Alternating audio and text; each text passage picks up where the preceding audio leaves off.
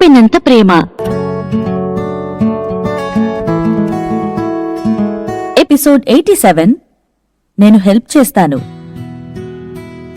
ఇంటర్వ్యూలో రిపోర్టర్ అడుగుతున్న వివిధ ప్రశ్నలకు కిరణ్ రెస్పాండ్ అవుతాడు. మధు నాకు బెస్ట్ ఫ్రెండ్ మాత్రమే. మధుశ్రీ నాకు మంచి ఫ్రెండ్ మాత్రమే కాదు, తను ఒక మంచి నటి. తను నా స్టేటస్ ను అడ్వాంటేజ్ గా తీసుకుని పైకి ఎదగాల్సిన అవసరం లేదు. ఇంకా చెప్పాలంటే మధుశ్రీ ఒక స్టంట్ ఉమెన్. తన టాలెంట్స్, అబిలిటీస్ అన్నీ నిజం. తను కేవలం అందమైన ముఖాన్ని చూపిస్తూ టాలెంట్ లేకుండా పైకి ఎదిగే అమ్మాయి కాదు. నేను తనను గౌరవిస్తాను. తనతో ఇంకోసారి వర్క్ చేసే అవకాశం వస్తే ఆనర్డ్ గా ఫీల్ అవుతాను అంటూ బలంగా వారి తప్పుడు ప్రచారాలను కొట్టిపారేస్తూ జవాబు ఇస్తాడు. కిరణ్ మాటల్లో సీరియస్నెస్, అతని టోన్లో కొద్దిగా హార్ష్నెస్ పెరగడంతో అక్కడి వాతావరణం మొత్తం టెన్షన్ తో నిండిపోయింది. కిరణ్ మేనేజర్ గీతిక ఇమీడియట్ గా సీన్ లోకి ఎంటర్ అయ్యి కేవలం సినిమా గురించి మాత్రమే ప్రశ్నలు అడగమని రిమైండ్ చేస్తుంది. టాపిక్ మారిన తర్వాత అక్కడి వాతావరణం రిలాక్స్డ్ గా మారింది. రిపోర్టర్స్ అందరూ హీరో మూవీ గురించి ప్రశ్నలు అడిగారు. ఇంటర్వ్యూ పూర్తయిన తర్వాత గీతిక కిరణ్ కి తెలియకుండా సీక్రెట్ గా ఒక రిపోర్టర్ కి డబ్బులిచ్చి మధుశ్రీ గురించి కిరణ్ మాట్లాడిన కంటెంట్ ను డిలీట్ చేయమని కోరింది. కేవలం సినిమా గురించి మాట్లాడిన కంటెంట్ ను మాత్రమే టెలికాస్ట్ చేయమని చెప్తుంది. తనిలా చేయడానికి ముఖ్య కారణం ఇంటర్వ్యూలో కిరణ్ మధుశ్రీ గురించి చెప్పిన విధానం. అతని మాటల్లో నిజాయితీ ఉన్నా ఈజీగా అతని మాటలను మిస్అండర్స్టాండ్ చేసుకుంటారని ఇలా చేసింది. ఒకవేళ ఈ ఇంటర్వ్యూ ఫుల్ గా బయటికి లీక్ అయితే ఉన్న రూమర్స్ ను తగ్గించే ప్రయత్నంలో కొత్త రూమర్స్ ఏర్పడతాయని గీతిక భయపడుతుంది. గీతికకి తన ఆర్టిస్ట్ ను ప్రొటెక్ట్ చేయడమే డ్యూటీ. మిగతా అనవసర విషయాల వల్ల తన ఆర్టిస్ట్ మీద నెగటివ్ రూమర్స్ చుట్టుముడతాయని తెలిస్తే అది ఎలాంటి విషయమైనా దాన్ని అవాయిడ్ చేస్తుంది. ఓవరాల్ గా ప్రాఫిట్స్ కోసం పనిచేసే మేనేజర్ అని చెప్పొచ్చు. మరోవైపు పవిత్ర స్నానం చేసి డ్రెస్ చేంజ్ చేసుకుని కాఫీ పడిన డ్రెస్ ను వాష్ చేసి బయటికి వస్తుంది. అప్పటికే విజయ్ తన కోసం లెమన్ జ్యూస్ ను ఆర్డర్ చేసి పెట్టాడు. పవిత్ర వెంటనే జ్యూస్ ను తాగి విజయ్ ని చూసి చిన్నగా నవ్వుతుంది. విజయ్ తన పక్కన ఉంటే అది ఎంత వర్స్ట్ ఎక్స్పీరియన్స్ అయినా చివరికి స్వీట్ గా మారుతుందని పవిత్ర ఫీల్ అవుతుంది. అతనితో ఉంటే అప్పటి వరకు ఎదుర్కొన్న నెగటివ్ ఫీలింగ్స్ అన్నీ ఇట్టే ఆవిరైపోతాయి. విజయ్ పవిత్ర వైపు ప్రేమగా చూస్తూ తనను అబ్జర్వ్ చేస్తున్నాడు.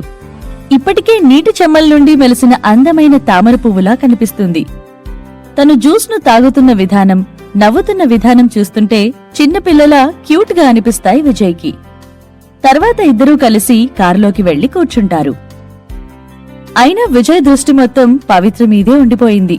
తన అందమైన చర్మం ముత్యాల్లా మిలమిలా మెరుస్తుంది. నల్లటి మేఘాల వెనక దాక్కుని చిలిపిగా తొంగి చూస్తున్న చల్లని వెన్నెల లాంటి ముఖం, నక్షత్రాల్లా తళుక్కుమంటున్న కళ్ళు, ఎరుపు రంగును పూసుకున్నటువంటి పెదాలు, అందానికే అసూయ పుట్టించే సొగసు ఆమె సొంతం. పవిత్ర నిజంగా చాలా అందంగా కనిపిస్తుంది. తను ఎంత అందంగా ఉందంటే విజయ్ అతని చూపులను తిప్పుకోలేకపోతున్నాడు. ఎన్నో సంవత్సరాలు అతడి మనసులోనే దాగిపోయిన ప్రేమలేఖలన్నీ సీతాకోక చిలుకలుగా మారి అతడి ప్రేయసి చుట్టూ తిరుగుతున్నట్లు ఫీల్ అవుతాడు. పవిత్ర వైపు చూస్తేనే అతని మనసులో ప్రేమగంటలు మోగుతున్నాయి. ఇద్దరూ ఒక క్షణం పాటు మౌనంగా ఒకరివైపు ఒకరు చూసుకుంటారు. పవిత్ర సైలెన్స్ ను బ్రేక్ చేస్తూ, మిస్టర్ విజయ్, నువ్వు స్టూడియో దగ్గర ఏం చేస్తున్నావు? నేనా సిచ్యువేషన్ లో ఉన్నట్టు నీకెలా తెలిసింది అని అడుగుతుంది. పవిత్ర సడన్ గా అడిగేసరికి తన ఊహా ప్రపంచం నుండి బయటికి వచ్చి, నేనా? హా, నేను సాంగ్ రికార్డింగ్ పూర్తి చేసుకుని అదే సమయంలో అటువైపుగా వెళ్తూ నిన్ను చూసి ఆగాను అంటూ విజయ్ చెప్తాడు. ఓ, నువ్వు కొత్త సాంగ్ ను రికార్డ్ చేస్తున్నావా? ఏం సాంగ్ అది? వావ్, నాకు తొందరగా వినాలనుంది అంటూ ఉత్సాహంగా అడుగుతుంది పవిత్ర. సాంగ్ పూర్తిగా అయ్యాక మొదట నీకే వినిపిస్తాను, ఓకే అని నవ్వుతూ చెప్తాడు విజయ్. ష్యూర్, థ్యాంక్యూ అంటూ హ్యాపీగా రిప్లై ఇస్తుంది పవిత్ర. ఆమె కళ్ళు ఆనందంతో షైన్ అవుతున్నాయి. విజయ్ కొత్త పాట ఎలా ఉంటుందో అని తెలుసుకోవాలన్న ఆసక్తి కూడా ఆమె కళ్లల్లో కనిపిస్తుంది. విజయ్ పేరు కింద రిలీజ్ చేసిన సాంగ్స్ అన్నిటినీ పవిత్ర మిస్ అవ్వకుండా వింటుంది. అతని ప్రతి పాట పవిత్రకి ఇష్టమే.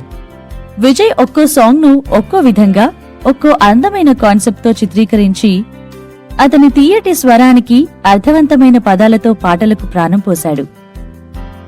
విజయ్ పాటల్లో సాహిత్యం, మ్యూజిక్ మాత్రమే కాదు, అతని వాయిస్ లో ఉన్న మ్యాజిక్ కూడా చాలా మందిని ఆకట్టుకుంది. అతని వాయిస్ డీప్ గా, స్వీట్ గా, అదే సమయంలో సాఫ్ట్ గా, ఈజీగా గుర్తుపట్టే విధంగా ఉంటుంది. వాళ్ళిద్దరూ వెళ్లే దారిలో మ్యూజిక్ గురించి, విజయ్ పేరు మీద అతను రాసిన పాటల గురించి మాట్లాడుతూ ఉండగా సడన్ గా విజయ్ కి ఏదో గుర్తు వచ్చి, నీ డైరెక్టర్ విక్రమ్ కుమార్ గారు నన్నొక ట్రెడిషనల్ ఫోక్ సాంగ్ రాయమని అడిగారు అంటూ చెప్తాడు. నిజమా? గ్రేట్! నువ్వు రాసిన సాంగ్ ఉందంటే సినిమా ఖచ్చితంగా సూపర్ హిట్ అవుతుంది అంటూ ఎక్సైటెడ్ గా చెప్తుంది పవిత్ర. విజయ్ పాప్ సాంగ్స్ ను చాలా బాగా కంపోజ్ చేస్తాడని పవిత్రకి తెలుసు. కానీ అతను ఇప్పటి వరకు ట్రెడిషనల్ ఫోక్ సాంగ్ ను ఎప్పుడూ కంపోజ్ చేయలేదు. అతనికి ఇదే మొదటిసారి. విజయ్ ఫోక్ స్టైల్లో ఎలా కంపోజ్ చేస్తాడో చూడాలని పవిత్ర ఆతృత పడుతుంది. విజయ్ ఒక పెద్ద కంపోజర్ అన్నట్లు గొప్పలు పోకుండా హానెస్ట్ గా పవిత్రతో మనసు విప్పి చెప్తాడు. నేనింతవరకు ఎప్పుడూ ఫోక్ స్టైల్ ట్రై చేయలేదు, నాకు లిరిక్స్ తో ప్రాబ్లం అవుతుంది అంటాడు. లిరిక్స్ తో ప్రాబ్లం అవుతుందని విజయ్ ఎక్కడ విక్రమ్ తో సాంగ్ చేయనని చెప్తాడో అన్న భయంతో, ముందు నువ్వు ట్రై చేసి చూడు, నీకైనా లిరిక్స్ తో ప్రాబ్లం అనిపిస్తే నేను కొంచెం హెల్ప్ చేయగలను. నేను లిటరేచర్ నేర్చుకుంటున్నప్పుడు పోయట్రీలో ఎలెక్టివ్ తీసుకున్నాను, నాకు కొంచెం తెలుగు సాహిత్యం మీద కూడా అవగాహన ఉంది అంటూ నవ్వుతూ చెప్తుంది పవిత్ర. పవిత్ర తన కోసం లిరిక్స్ లో హెల్ప్ చేస్తానంటే విజయ్ ఎలా కాదంటాడు? ఇంకా చెప్పాలంటే తన సహాయానికి గ్రేట్ఫుల్ గా ఫీల్ అవుతాడు. అలాగే నేను ట్రై చేస్తాను అంటూ విజయ్ ఒప్పుకుంటాడు. వాళ్ళిద్దరూ అపార్ట్మెంట్స్ కి చేరేసరికి రాత్రయింది. పవిత్ర విజయ్ ను సోఫాలో కొద్దిసేపు రిలాక్స్ అవ్వమని చెప్పి తను డిన్నర్ ప్రిపేర్ చేయడానికి వంటగదికి వెళ్లిపోతుంది. పవిత్ర వంట కోసం అన్నీ ప్రిపేర్ చేస్తూ ఉండగా విజయ్ కి సమీర నుండి కాల్ వచ్చింది. తన తమ్ముడిని చూడ్డానికి శామ్ వస్తున్నట్టు చెప్పింది. శామ్, నేనింట్లో లేను, నువ్వు ఊరికే అక్కడికి వెళ్లి టైం వేస్ట్ చేసుకోకు, నేను బయటున్నాను అంటూ విజయ్ అబద్ధం చెప్తాడు. అతను పవిత్రతో హ్యాపీగా ఉన్న సమయంలో శామ్ వచ్చి డిస్టర్బ్ చేయడం విజయ్కి ఇష్టం లేదు. విజు, నన్ను ఫూల్ చేయాలని ట్రై చేయకు. నేను ఆల్రెడీ సురేష్ కి కాల్ చేసి అడిగాను, నువ్వు ఇంట్లోనే ఖాళీగా ఉన్నావని తెలిసాకే రావాలని డిసైడ్ అయ్యాను. ఓకే విజు, టాక్సీ వస్తుంది, బాయ్, 10 minutes లో అక్కడ ఉంటాను అని చెప్పి కాల్ కట్ చేసి విజయ్ అపార్ట్మెంట్స్ కి బయలుదేరింది సమీర. విజయ్ రియాక్ట్ అయ్యేలోపు కాల్ కట్ అయిపోయింది. ఇక ఎలాగైనా శామ్ ను ఇంటికి రానివ్వకుండా ఆపాలని విజయ్ దృఢంగా నిశ్చయించుకొని, మధుశ్రీ, నేను బయటికి వెళ్తున్నాను, 5 నిమిషాల్లో వస్తాను అని పవిత్రతో చెప్పి బయటికి వెళ్లిపోతాడు. పవిత్ర వంట పూర్తి చేసి ఫుడ్ ను డైనింగ్ టేబుల్ మీద అరేంజ్ చేస్తుంది. అంతా సెట్ అయ్యాక విజయ్ వచ్చే వరకు టీవీ చూద్దామని హాల్లోకి వెళ్లగానే డోర్ బయట ఎవరో ఉన్నట్టు శబ్దం విని అటువైపుగా వెళ్ళింది. బయట విజయ్ ఉన్నాడని అనుకుని డోర్ తీయడానికి వెళ్ళింది. కాని పవిత్రకి డోర్ తీసే ముందు హోల్ నుండి బయట ఎవరున్నారో చూసే అలవాటుంది. సో ప్రతిసారిలాగే డోర్ హోల్ నుండి బయటికి చూసి విజయ్తో పాటు అతని అక్క సమీర కూడా ఉండడం గమనించి షాక్ అవుతుంది. సమీర ముందుగా ఇంట్లోకి ఎంటర్ అవుతుంది. తన వెనకాల కోపంగా విజయ్ వస్తాడు. పవిత్రకి బెడ్రూంలో వెళ్లి దాక్కునేంత టైం లేక హాల్లోనే సోఫా వెనక దాక్కుంది. విజయ్ హాల్లోకి రాగానే, ఇంట్లో నేనొక్కడినే ఉన్నాను, నీకు డౌట్స్ క్లియర్ అయితే వెళ్ళిపో అంటూ గట్టిగా అరుస్తూ పవిత్రకి సిగ్నల్ ఇస్తున్నాడు దాక్కోమని. కాని అప్పటికే పవిత్ర దాక్కున్న విషయం విజయ్కి తెలియదు. కమాన్ విజ్జు, ఎప్పుడూ ఇలాగే ఎందుకు బిహేవ్ చేస్తావు? నేను నీకు కంపెనీ ఇవ్వడానికి వచ్చాను, నువ్వెలాగో ఒంటరిగా ఉన్నావు కదా అంటూ బుంగమూతి పెట్టి చిన్నపిల్లలా మాట్లాడుతుంది. సమీరకి విజయ్ ఫుడ్ ను ఖాళీ చేయడం అలవాటు. ఇప్పుడు కూడా ఏమైనా ఫుడ్ ఉందేమో అని చుట్టూ వెతుకుతూ ఉంది. 2 నిమిషాల తరువాత, నువ్వు నాకు కంపెనీ ఇచ్చింది చాలు, ఇక వెళ్ళు, నాకు ఒంటరిగా ఉండడమే ఇష్టం అంటాడు విజయ్. కాని అతనికి ఎలాంటి రెస్పాన్స్ రాకపోవడంతో వెనక్కి తిరిగి శామ్ అక్కడ లేకపోవడం గమనిస్తాడు. శామ్ వెళ్లిపోయిందని నమ్మి విజయ్ హ్యాపీగా, రిలాక్స్డ్ గా ఫీల్ అవుతాడు.